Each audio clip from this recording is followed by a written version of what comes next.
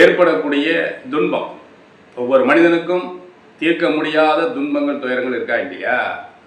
நோய், வறுமை, கஷ்டம், வாழ்நாள் ஃபுல்லாக எக்காலத்திலையும் அதை விட்டு மீள முடியாத நிலை இருக்குதா இல்லையா? இதற்கு 1000 காரணங்கள் கற்பிக்கப்படும். தன்னை விட்டுட்டு தனக்கு தான் அந்த துன்பங்களும் கஷ்டங்களும் நோய்கள் இருக்குது, தீர்க்க முடியாது இருக்குது. தன்னை விட்டு விட்டு மற்றவங்களெல்லாம் அது காரணத்துக்கே கொண்டு வருவாங்க.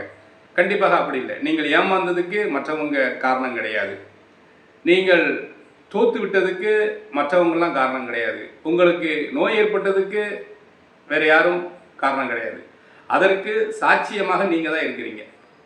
உங்களுடைய குணம் சரியில்லை அப்படிங்கிறதுக்கு சாட்சியமாக நீங்கள் தான் இருக்கீங்களே தவிர மற்றவங்க யாருமே சாட்சியம் கிடையாது. அதனால் இப்படிப்பட்ட அந்த நிலைகளை சொல்வதிலிருந்து நாம் எப்படி தெளிவுபடுத்திக் கொள்வது என்ன, இதில் நாம் குணங்களில் எந்த குணங்களில் நம்ம கேடாக இருக்கிறோம் அப்படிங்கிறத நம்ம பார்க்கணும். எனக்கு ஒரு நோய், கடுமையான நோய் இருக்குது அப்படின்னா அதற்கு சாட்சியமாக இருப்பது நீங்கள் தான். அதுக்கு சாட்சியமே நீங்கள் தான்.